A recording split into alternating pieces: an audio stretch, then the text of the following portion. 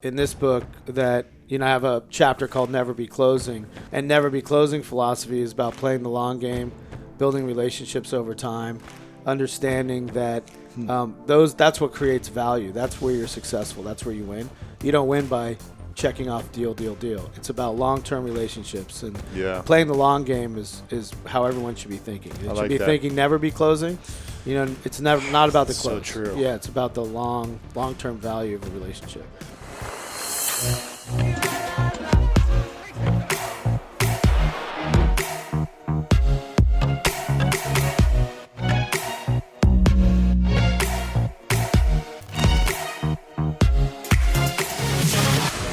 You bring in your summit back to where you were from. It's putting those skills to what you care about. Yeah. So a lot of the book's about that. Them being a generous person, being an empathetic person, like understanding other people. I love it, man. Yeah, it's cool. So these are all the habits, and I get into like how to develop those habits. I love it. Yeah, it's cool. Well, we'll just roll it from there. All right, cool. We've got Jason Harris in the house. Welcome to School of Greatness, man. Thank you. Pumped that you're here. Thanks for having me. You just gave a brief overview, which we'll just leave that in. Oh, and, okay. Sunny LA. Keep it in there, yeah. I love this. We met back in 2010, 11, 12. Where was the first meeting? Was it through Brandon or was it through? Yeah, through Brandon. Was it trying to do something? I can't remember. I don't even remember. Maybe it was like getting you to market something for us. Probably. Or something like that. Like you're always asking people to do stuff for you. Yeah, No, of course. Yeah. I can't remember. Maybe I met Brandon somewhere. Yeah. Through Tim Ferriss or one of his events or something like that. I can't remember. Komodo event? Maybe. Yeah. Was he there? Yeah, he was there. Were you there? No, he went instead of me. He went. That's where I met him. Yeah. And we got connected, and I learned about your guys' company, Mekanism, and you guys do. Tell us what you do specifically at Mekanism. So we're a creative ad agency, and so we work with brands to figure out what they're going to stand for in the world, and then create the marketing materials and messaging, ads, social media, do media planning, buying, basically develop and put their message out into the world. So you'll find the directors, you'll script the commercials or the video assets, whatever it may be. Yep. And do everything from concept to idea to launching it to promotion, marketing, everything. Yeah, it's like full service, an assembly line. Wow. It starts with a strategy. What is the brand going to stand for? How does a brand like Peloton fit into the fitness world? How are they different? To the creative of what's the concept? What's the ad going to look like? Then to making it, like you said, and then pushing out. And then marketing it, and then tracking it, and then repeating it. Is that a 5-step process? What is that? Yeah, 5 or 6. So I a kind brand of trailed off at the end. I forgot. So a brand like Peloton, is it public their numbers of like what they're looking to? That's probably not public, but the multi-billion-dollar they're company, multi-billion-dollar valuation. Yeah, definitely. And where would they be without an agency like you guys helping them with all that marketing, the launch of their messaging? The commercials that I see on TV, all that stuff. Well, I think, we were certainly part of helping them craft the brand, making the brand feel sophisticated, making the brand consistent over time. But, really, they just had a incredible product. Yeah. And the thing that is great about Peloton is they can come out with a bike or a treadmill or a digital app. It's all based around the community. And the community is, there's leaderboards. The community through social is super supportive. And so focusing on that community, they can just come out with multiple products. So that's really what they focused on. The community. And what we do is make the brand, we up the brand through production value, storytelling. And so we just sort of complement what they built. But, I mean, they just cracked the code. Crushed it. It's about community, and it's about working out from your home. It's amazing. It's on-demand workouts. They just killed it. It's amazing. Yeah. What's been the biggest challenge from a marketer, advertiser standpoint since you started the business? What's the brand that you had the hardest time working with, coming up with like this process for? The hardest brand to do that for? I'm trying to think of a brand that I worked with in the past. Because I can't name any of my current clients. Gotcha. That's not cool. That's not cool. Gotcha. Yeah. That's In the past. Maybe one that was challenging, but then you figured out like, oh, this was the hook, and it ended up working out. Yeah. Maybe it's a current brand too that was like, man, this is really challenging to figure out how we're gonna launch this message in the world. Yeah. But then it was like, a big success when you did? Well, I would say we work with Charles Schwab, so we do Charles Schwab ads, which is broker firms, and it's hard to do. You're trying to switch. It's all about switching from find the best firm and who's the lowest fees and the best quality. Yeah, and so the team, and we've been working with them for a while, but what really sort of catapulted a lot of their success is the team cracked the idea of coming up with, instead of talking about what Schwab is, talk about the other guy. And so they came up with this character, Carl, who is like sort of a lot of the opposite values of this book. He's like not trustworthy. He's just trying to close a deal. He's not in it for the long term. He's overcharging. And this guy, Carl, was the character, and it was the push off of the opposite of Charles Schwab. And so that sort of unlock, which is a unique idea because you usually think about putting the brand first. And this was not talking about the other brands. Not talking about the other brands, but this was personifying, sort of like what Apple Mac did. Those ads, the like Apple Sprint, PC ads. AT&T, can you hear me now? Yeah, it's yeah. like the other guys can't hear. Yeah, exactly. State Farm is actually doing that right now, kind of where it's like the State Farm agent is there, and then it's like, or you've got your grandmother who's like the insurance agent that you're trying to get a hold of, and it's like, hey, Billy. Yeah. So it's and that can be effective. So that worked really well for them. That's cool, man. What's been the most fun you've had working on a brand? Well, obviously they're all fun because you. Well, we just did the launch of MedMen, the cannabis company, and I think just being able to be part of that story and tell that story of how cannabis used to be, George Washington grew it on his farm, and then the president, the president grew it on his farm, and then we went through, this period that we're coming out of now, where it was, it wasn't accepted. You got thrown in jail for carrying a little bit of it. Meanwhile, you can get prescription drugs, go nuts with those, drink alcohol, all these other things when cannabis is, a lot less proven to be a lot less of an issue in society. And now we told that whole story and talked about it being the new normal, where now it's becoming legalized in every state slowly over time. But cannabis is here to stay, and it helps. There's a lot of health and wellness benefits. I think just being able to tell that story in a really interesting way, with that diorama look, I think we're really proud of that. That's cool, man.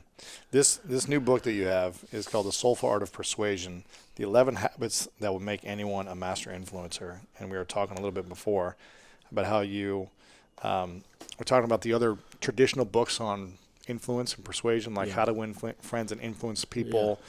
But you said those are the books that would teach these kind of like tactics. Yeah. What was wrong with those types of strategies or tactics versus kind of these 11 habits that you have here? So, books like How to Sell, all the old Dale Carnegie stuff from the 1929, 1930s, which are still perennial sellers. That was created in an age of selling and pitching that was much different than the age we live in now. We really live in an age of distrust where you don't know if it's, there's fake news, there's phishing scams.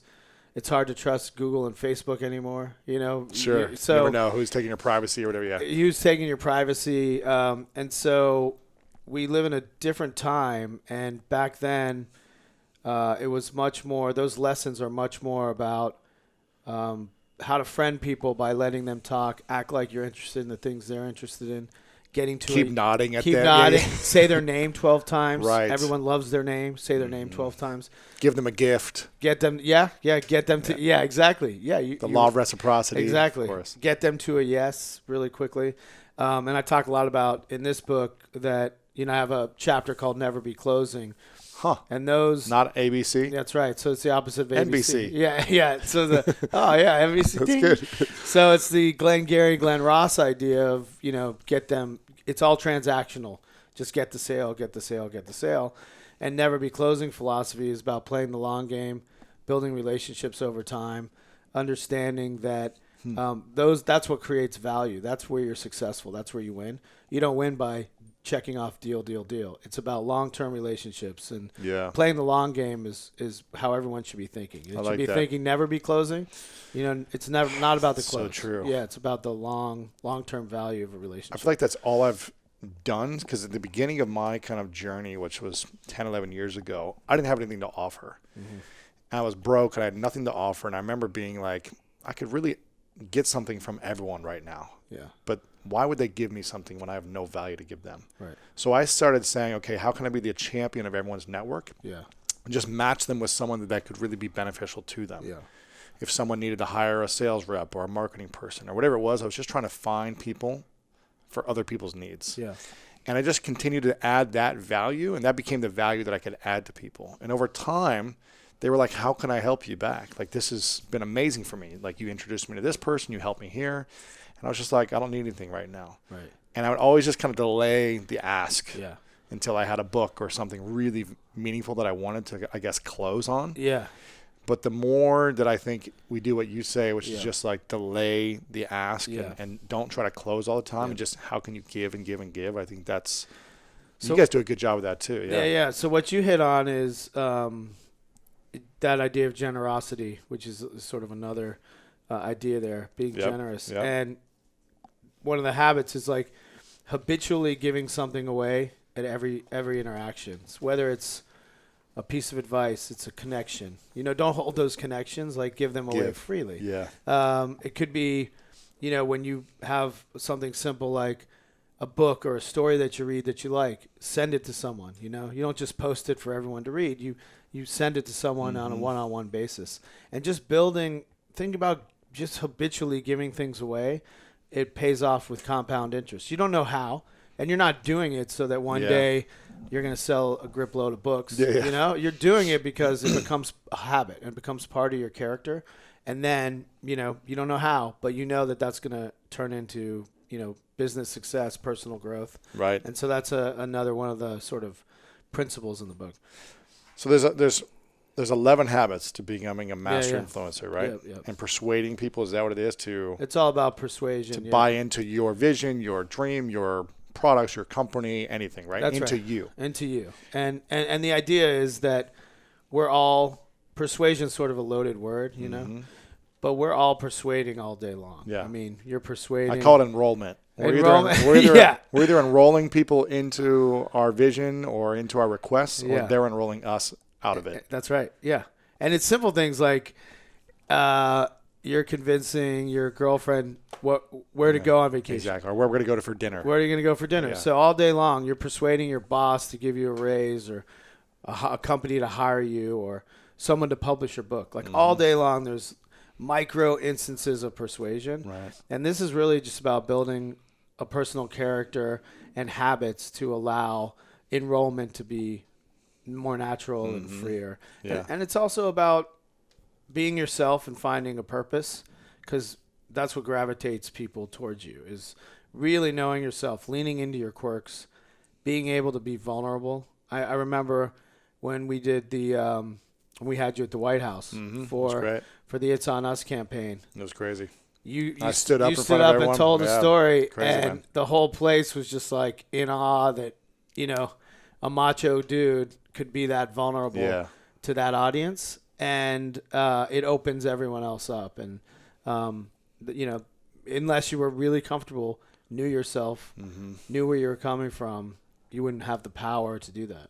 Which you were able to do. Which, Yeah, for context, people Yeah. listening, wasn't Joe Biden was there or something, or It was, was just like Yeah, we did a campaign with Joe Biden called "It's On Us," which was to end sexual assault on college campuses, and we brought you and a bunch of folks influencers? to Yeah, there's probably a couple hundred people in the room a couple hundred people to meet at the White House, Yeah, Joe Biden's talking. Yeah, and and someone said, "Hey, we're going to ask you guys to like make a request on how you're going to support this campaign." yeah, And so different people stood up, and I felt called in the moment to stand up and share a story for a minute or two about Yeah. being sexually abused myself Yeah. and how I didn't think other people should suffer with this or go through this personally because of the trauma it creates and what I was going to stand up for. So, you've got to be really confident in yourself and right. know yourself, like you said. And be able to be vulnerable. Be able to be be vulnerable. able to not be perfect. Like we all have flaws. We all have issues. We all have things we're trying to overcome and accomplish, wherever we came from, whatever our background. Leading into those gives you power. Yeah. Not trying to push those down and suppress them. Leading into being vulnerable and things that you're going through and being able to talk about it creates power. And we were talking about stuff beforehand, which we won't go into here because it's not public information, but your ability to be vulnerable in the middle of things in your life right now is powerful and allows you to connect with me and Chase, who was just connecting with as well. That's right. Yeah, exactly. That's what it's about. Yep. Now you got these 11 habits, and there's kind of 4 core principles, and then there's kind of sub principles around that. Yeah, Is that right? That's right. Yeah. So the first one is original. Yeah. What does that mean? To be original? So that's really about being an original. It's that Oscar Wilde quote. Be yourself. Everyone else is taken. And it's sort of a few habits around how to lean into your authentic self and find your truth. And one of them is the persuasive power of storytelling and really understanding what drives you, how to tell your story. And so there's sort of some workshops in here about like how to do that and how to pull out your story. How to tell better stories. How to tell better stories and really understanding what your story is and what you stand for. And that's part about being original. That's interesting. Yeah. It's an art to learn how to tell stories. Yeah. It can be very challenging for people. I find it very challenging for me telling stories. Well, it's kind of your job, isn't it? It is, but it's still challenging. It's still challenging. Yeah. For me, I'm good at telling other people's stories. Right. But I'm not good at like coming up with stories on my own. Yeah. I'm good at like telling their story. Right. Which I guess is still story. But someone told me one time, facts tell, stories sell. And so if you're a guy or a girl or a person who's got a lot of facts when you're talking to someone, it's not going to sell them or persuade them as much as if you tell a story. That's right. There's this, I go into it in the book, but there's a psychologist, Jonathan Haidt, who said the mind is a story processor, not a logic processor. And it's really about that facts and arguments kind of go in one ear and out the other, like stats and numbers and data. It might be important, but stories really matter. When, Martin Luther King is talking about he has a dream, that one day his 4 children will be judged by the content of their character and not the color of their skin. He's telling a story. He's telling a dream. He's not talking about socioeconomic numbers and what this population has that this population doesn't have, or, the unfair balance. He's making a really big proclamation, and he's telling a story, a dream he had. And that's what we remember. That's the power of storytelling, to always think about it that way. Okay, you got the power of storytelling. Power of storytelling. You said never be closing. That's part of being original. Because a lot of people are always selling something, right? They're trying to get the sale as opposed to giving and adding value constantly. It's just transaction. A lot of people. Like check. And, when you're transaction-based, things come and go. And part of never be closing is also looking at when philosophy of like when you hear no, it's just no for now. It's not no, it's not over. Right. Like even in work, we'll have clients, we won't win the pitch. You stay in that relationship. Yeah, maybe 3-5 years later, they come back around. 6 months later, they come back around. 6 months. Yeah. They didn't have a good experience. And then 5 years. Who knows? 5 years. Brendan just won a piece of business that we had pitched. He won it yesterday, though we pitched 2 years ago. Really? Sort of stayed in touch with the client. All of a sudden, someone made a mistake, and he was right there. And there you go. They picked it up. So that's part of that philosophy is it's switching your viewpoint. And you say another habit is to turn and face the strange. What does that mean? So turn and face the strange is all about my idol, David Bowie. And so I learned about this concept of being original really from David Bowie. And David Bowie, he was a musician, and when he started, his label wanted him to do folk songs like Bob Dylan, and he was David Robert Jones, and those albums like tanked. Like no one heard of him. Music was like somebody else. It wasn't him.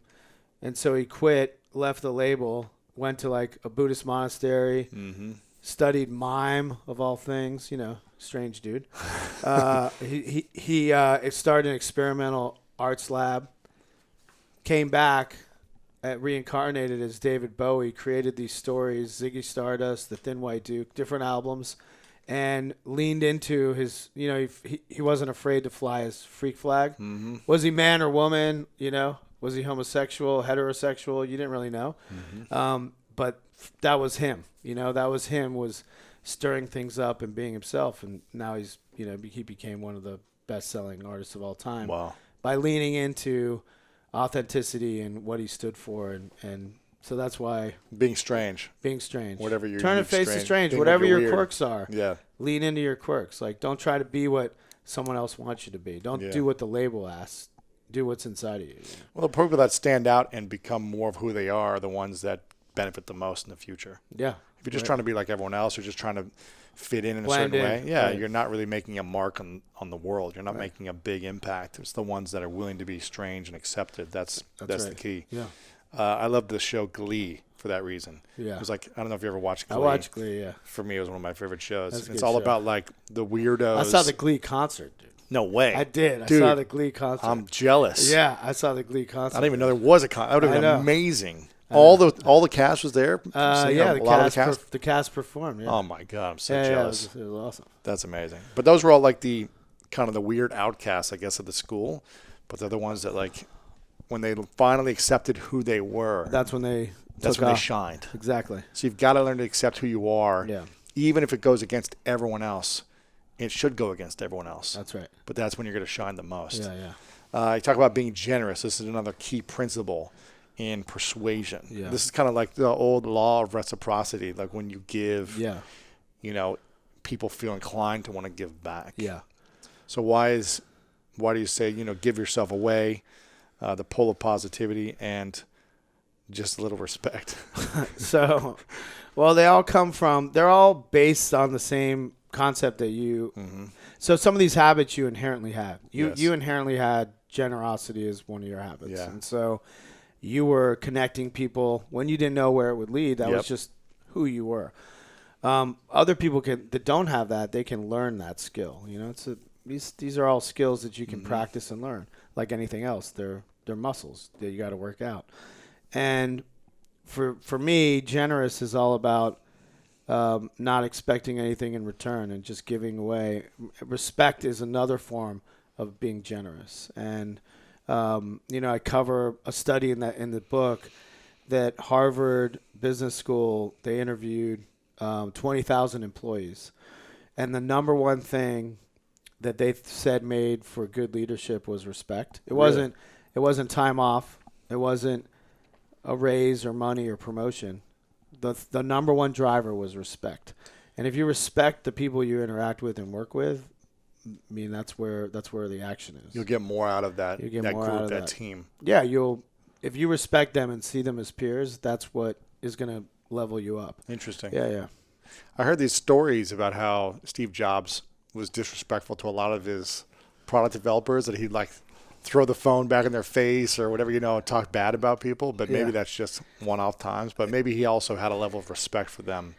Some other way? Yeah, some other way. Or maybe he was that one in a million that was such a freaky genius. Or he had other habits that were you just followed him because you're like, I don't like this dude, but he's amazing. Yeah, he's amazing. He's amazing. He's got a vision and he's putting it out there and he's persuasive in other ways. Yeah. He was an original though. He was an original for sure. He was an original. Yeah. And okay, so we got generous as one of the key habits. Yep. Give yourself away. The pull of positivity. What does that mean? So the pull of positivity is just simply there's a lot of different ways you can take persuasion, and I cover that sort of covers.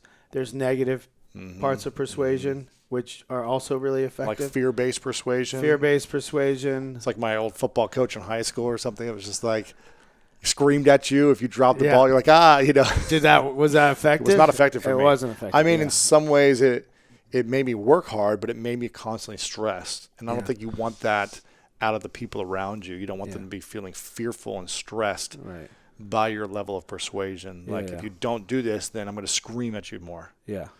And so it just sort of studies like the impact of negative versus positive persuasion and how positive persuasion wins out in the long run. Yeah. Negative persuasion can certainly have its benefits and be effective.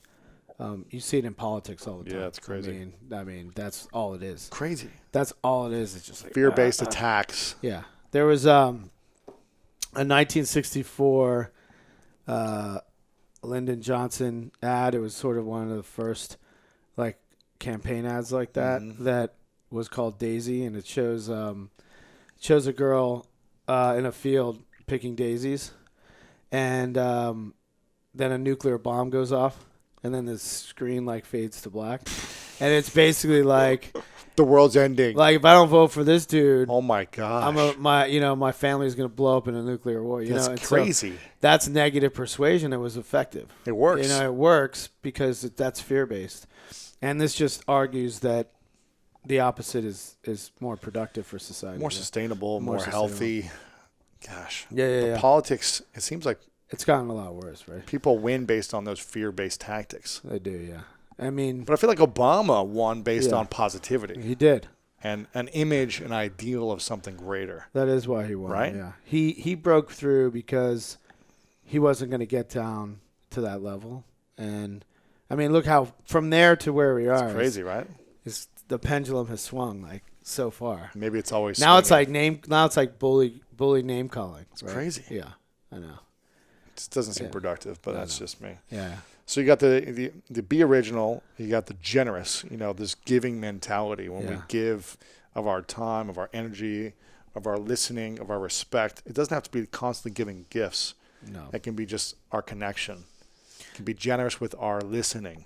That's right. Time, advice, connections, compliments that you think of but you don't say. Yeah. You're always doing that. You're like, oh, I should, and then you don't. Like give those messages out there. Like give that positivity off. And that'll make you more persuasive. Yeah.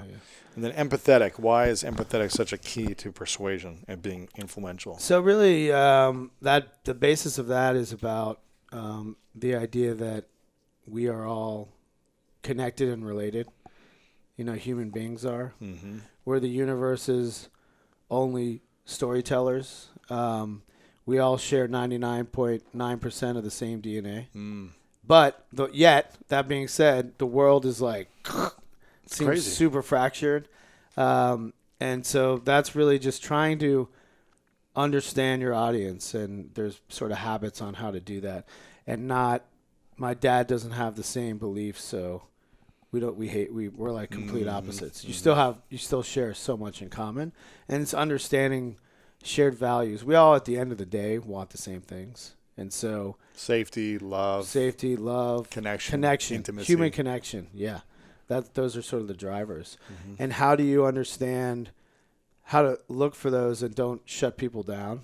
Try to be a little bit more open and be empathetic. And how are you empathetic when someone is attacking you or making you wrong or screaming at you or just doesn't want to bring the common ground energy and spirit, when it's just like, screw you, you're wrong, you messed this up, I hate you, type of energy? Well, I think it's your job.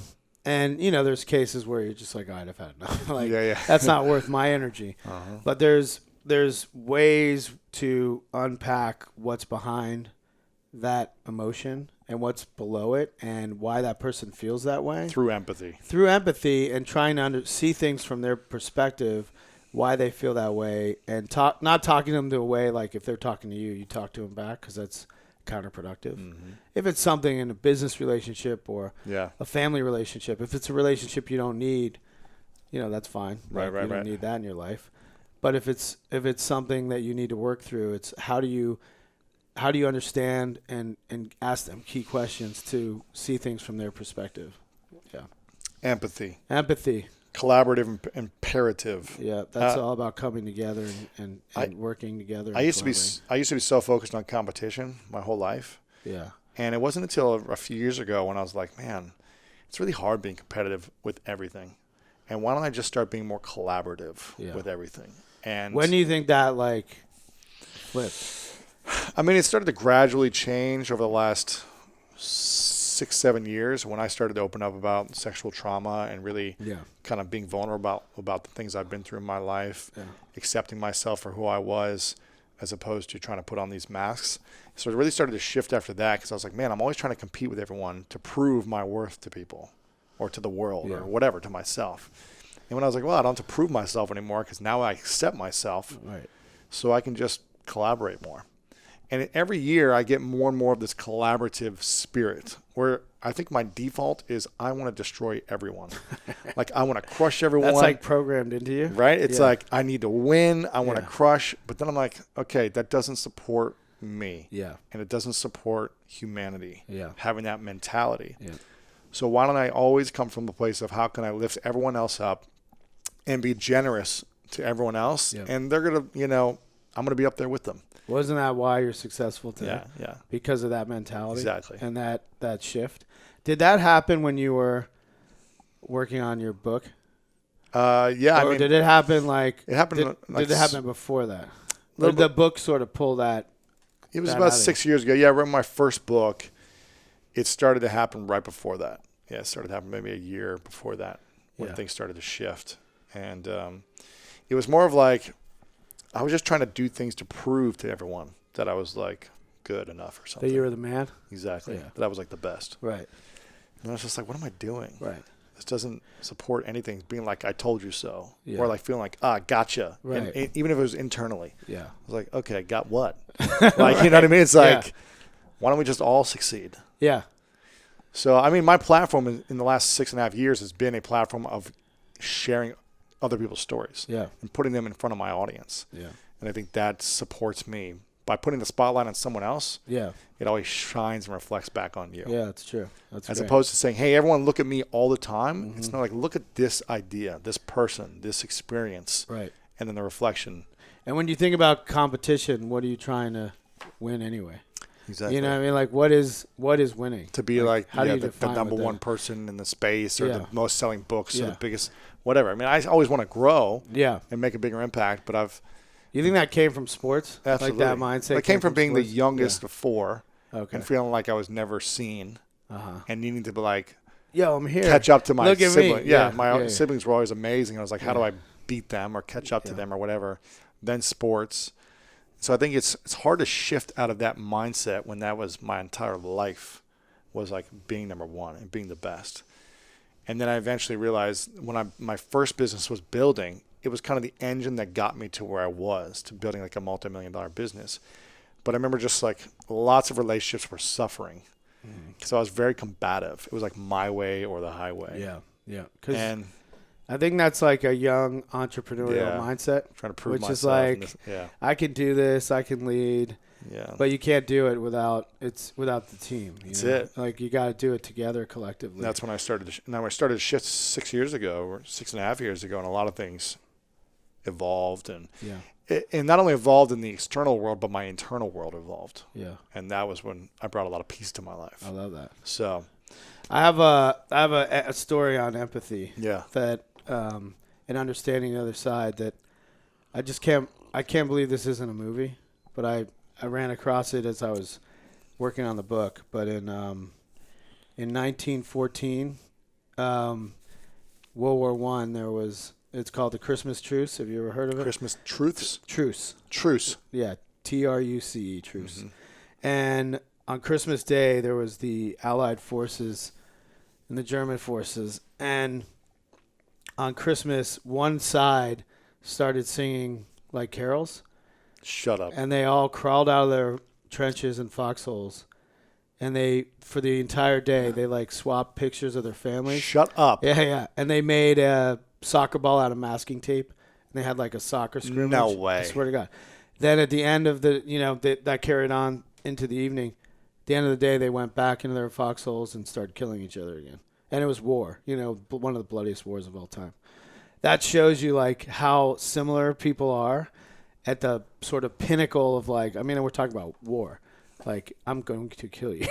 Wow. And that together. idea of coming together. And no one shot anyone, Because it no was one Christmas stabbed Day, anyone. they put down their weapons, and then they went back, and then they started killing each other. Sad. I It's so know. beautiful and sad at the same I time. know, the Christmas truce. Why don't you just create a peace from there? Yeah, I know. Just Say like, we're all trying to go back home. yeah, let's just call it, Yeah.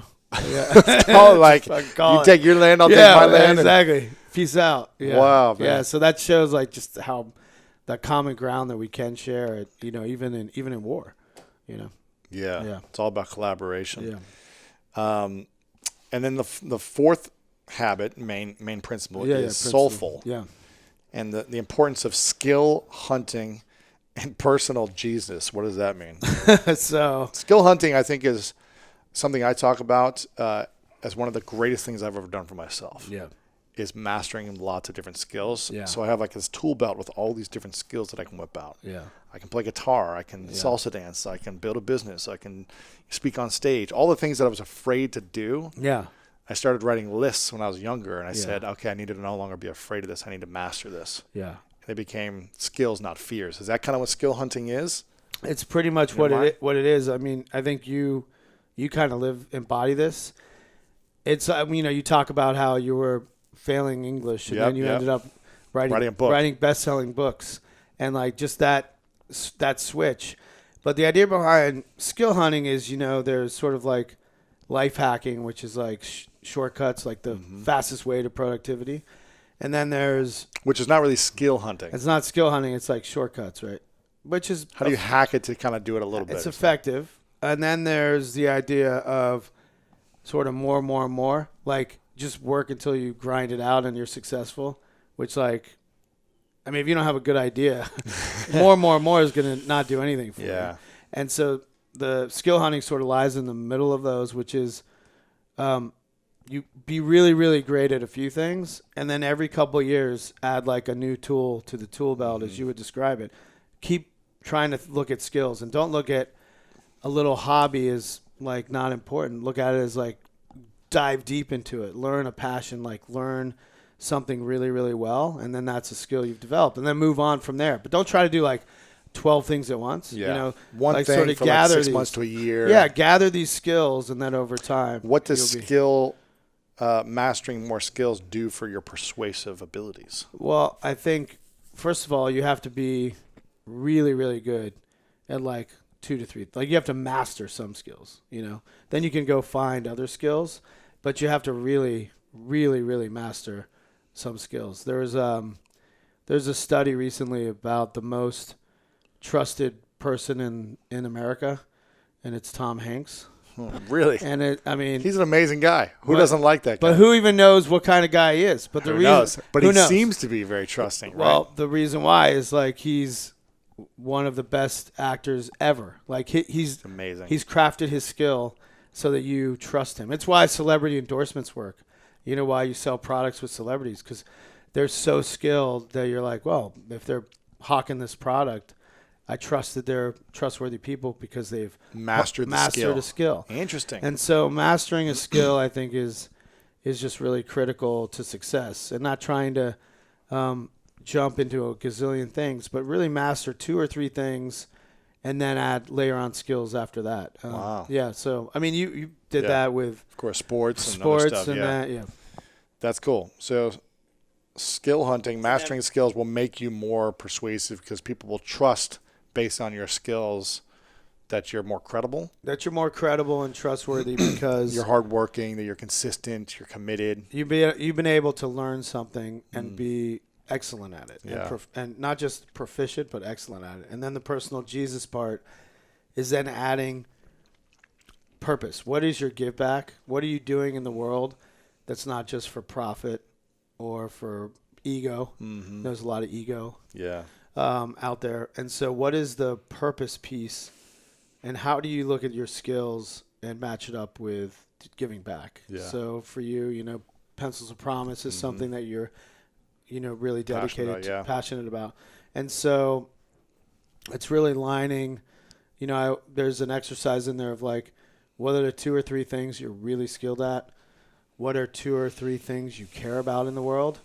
And if you stare at those 2 lists long enough, you'll come up with an idea of how to combine those. It's why, from an ad guy, I'm a madman, right? Like I understand advertising. I'm super skilled at that. It's why we took those skills to, fight sexual assault. And I created a group called the Creative Alliance. It's 90 companies that do social good pro bono work. Those are taking the skills of advertising. You wouldn't think advertising where we're trying to sell products and services for profit. Right. Could do good, but anyone can take whatever skills they have and figure out a way to apply them to make the world a better place. Yeah. and that makes you a more persuasive person. That's interesting. Yeah. Wow, man. Yeah, cool. It's exciting. The soulful art of persuasion. Not just the art of persuasion, the soulful art, the 11 habits that will make anyone a master influencer. What's something people can do today that can make them more influential right after listening to this? Whether they get your book and dive into all the exercises and everything or not, what's something they can do right now to make them more influential? Like the first easy thing? Easiest thing that's just like something they can do in the next hour. Like when they meet the next person they talk to, what's something they can do differently than that they don't normally do? Yeah, I think the idea of switching the mindset of transactional thinking is the number one quickest way, and thinking about it as the long-term viewpoint. That's sort of the number one thing I would say you could do right away. So and anyone can do that switch. That's a really easy thing to do. So NBC. Never be closing, baby. Never be closing. No, don't do it, man. Yeah. But eventually you got to close. Yeah, you'll close. To run your business or to get the partner you want, you've got to ask for something, right? Yeah, of course. You can ask. Right. You can pull, not push. Mm-hmm. You know, that's sort of the big difference. Yeah. You can pull them towards you, but not push. I like this, man. Yeah. I like this. So where can they get the book? What's the best Amazon, place? Barnes & Noble. Do you guys have a website for this or your personal website? The soulfulart.com. The soulfulart.com. Yeah. Do you have a personal website or is there more Mekanism? It's just Mekanism.com and Mekanism.com. soulfulart.com. Mekanism.com is one word. It's pretty good. Mekanism.com. But it's with a K. That's right. Yeah. Yes. That's the difference. I like it. So the book is at thesoulfulart.com. Yeah. Do you have any bonuses or anything where they they can download the first chapter. Gotcha. Check it out. See if they like it. I like it, man. Yeah. This has been years in the making for you. 3-year journey. Lots of research. Ton of research. Lots of exercises. Practical, powerful, inspiring, storytelling-based book. Make sure you guys pick this up. I've got a couple questions for you left. This is called the 3 truths question. All right. So imagine at your last day on Earth, 100, 200 years from now, right? And you get to live as long as you want to live. Oh, that's dope. You get to live as long as you want. All right. But eventually you got to call it quits, Okay. right? And the lights shut off on this experience for you, and you go somewhere else. And you've created everything you want to create in the world. You've achieved it all. You've done anything you want to do. You've done it. But for whatever reason, you've got to take all that work with you. So no one has access to this book. Your advertising agency, it's all not wiped off, gone with you to another place. Okay. All right. But no one has access to it. Okay. But you get to leave behind a piece of paper that you get to write down 3 things you know to be true about every experience in your life that you would leave behind for the rest of us. Kind of like the 3 lessons that you'd want to leave behind. So 3 things you know to be true. This is all people would have to remember you by. Okay. What would you say are your 3 truths? So the 3 truths to pass on to someone? Yeah, the lessons to the world. Okay. Kind of like your commandments. My commandments. 3 of them. Okay. All right. 3 of them. All right. Number 1, be kind. Like that mental idea of viewing the world through that filter of kindness to other people is sort of foundational. I think it's a foundational point of view. Second is be yourself. No one can understand you if you don't understand yourself. So you got to fully be yourself. And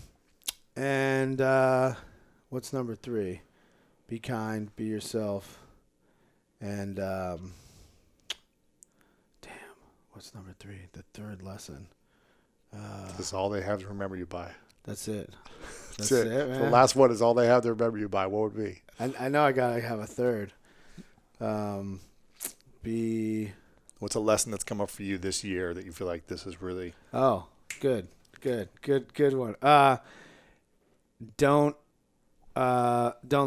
live your life by what other people think. And so if you're making change, it should be change that you want to make, not how it's going to impact or what people are going to say about your change. I think that's one of the biggest regrets of the dying. I think there's 5 top regrets, and it's like not living my life to please other people, but to do it for me. Yeah. So It's really hard to do. really hard, especially Yeah. when you have kids and Yeah. you're married and you got business and you got people that you Yeah, need to. every action impacts other people, but Exactly. it's, you can be yourself and be kind, and then sometimes you have to, once you know yourself, you got to do things for you. That's it, man. You got to do things for you also. Like, That's it, man. yeah. That's it. The Soulful Art of Persuasion. I want to acknowledge you for a minute, Jason, because you've always been kind and generous to me. Since as long as thanks, I've known man. you for I at least appreciate 7-8 years, Yeah. you've never been closing. You've always been giving. You've always been authentic. Yeah. You're always offering. You just offer me like, hey, when you're in New York, come use the podcast room we have. You're never asking for stuff. And I really respect your creativity, your ability to match those two things you talked about, like your skill sets and really helping people get their message out to impact their world in a better way. Right. Whether it's Peloton with their community or MedMen or whatever it may be, really telling better stories. I think storytelling is a lost art that you've mastered. So I respect your generosity, your kindness, and your realness. You are yourself at all times, at least around me. Man. So I try to be. I love that, man. I love this man. about you. Yeah. Final question, but make sure you guys get the Soulful Art of Persuasion, the 11 habits that will make anyone a master influencer. You can get it right now. Make sure to check it out. Final question is, what's your definition of greatness? Wow. Great. Well, greatness, they say greatness is a process, right? So like you're always trying to achieve that. But I think, something that I've learned, which I know you've learned too, is it's kind of that competitive thing where you're never happy. You're never happy. Like you're always like striving. And I think greatness to me is comfort in where you are at all times. That to me is like the definition of greatness. Being wherever you are at any given time, making that like the best thing it can be. And that's really hard to learn. Yeah. Accepting where you're at right now. Accepting where you're at to me is that's what great people do. That's greatness. And it's really hard in this modern era to do that. Because it's all about climbing and striving and moving and more and more and more. But I think that to me is like being present and accepting where you are at all times is the definition of greatness. My man, Jason Harris. Thanks, brother. Thanks, man. Appreciate you, bro. You.